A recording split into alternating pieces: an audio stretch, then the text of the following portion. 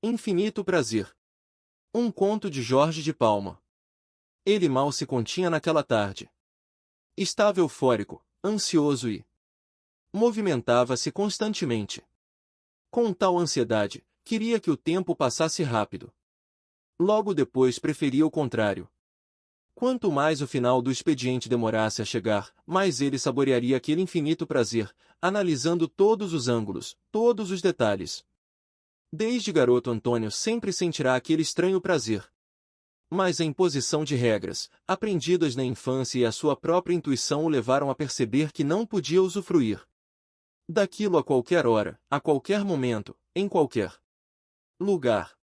Era preciso ser esperto, agir dentro das regras da sociedade, seguir as leis e os costumes. Antônio lembrava de coisas erradas que fizera na sua infância e pelas quais fora repreendido. Várias vezes fora pego atirando pedras nos passarinhos. Conseguirá um estilingue e com o tempo matou alguns pardais e rolinhas. Gabava-se de sua pontaria, mas as pessoas o recriminavam pela morte dos pássaros.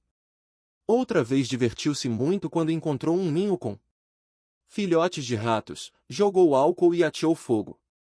Os ratos deviam ser mortos porque transmitiam doenças, diziam os adultos.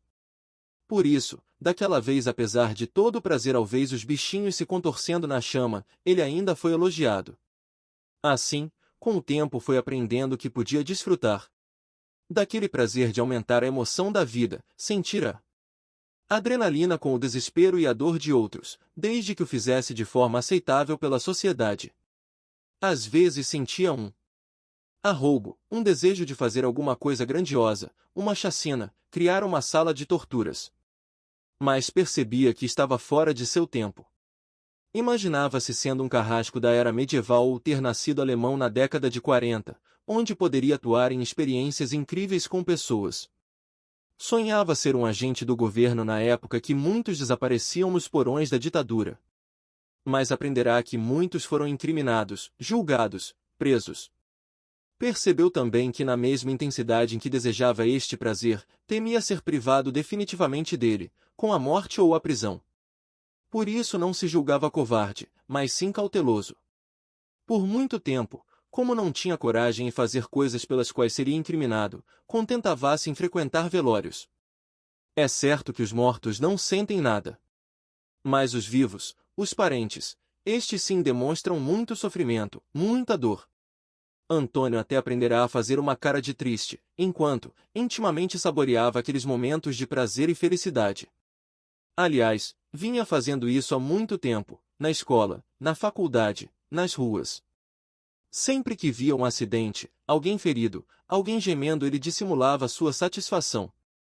Com o tempo passou a ficar deprimido porque em todos estes casos, ele não era o agente, o responsável, pelo menos indiretamente, daquela dor. Chegou até cogitar de ir trabalhar em um hospital. Mas deduziu que, além de não ser o agente causador, em vez de saborear a dor dos outros, ele teria de minimizá-la, confortá-los, em vez de cutucar a ferida. Agora ele estava satisfeito. Quando foi convidado para trabalhar no departamento pessoal daquela empresa, ele não imaginou que poderia unir o útil ao agradável. Descobriu então que muito mais emocionante que impingir a dor física era atingir o íntimo das pessoas, inferiorizá-las, destroçá-las. Quando se preparava para seu trabalho, Antônio antevia o sofrimento do trabalhador, a depressão, a humilhação perante a sua família e os amigos. Por isso ele estava eufórico.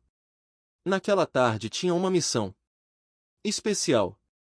Conversar com um funcionário com quase 10 anos de trabalho e que estava a poucos anos da aposentadoria. Antônio passou a tarde analisando cada detalhe daquele caso. Gozava intimamente prevendo a expressão do operário ao receber a notícia.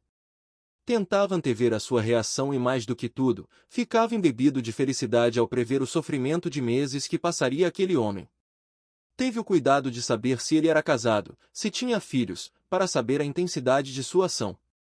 Tudo era muito extraordinário, porque apesar de ter conversado com muitos funcionários, agora havia um sabor especial. Aquela era a primeira vez que ele ia informar uma demissão por justa causa.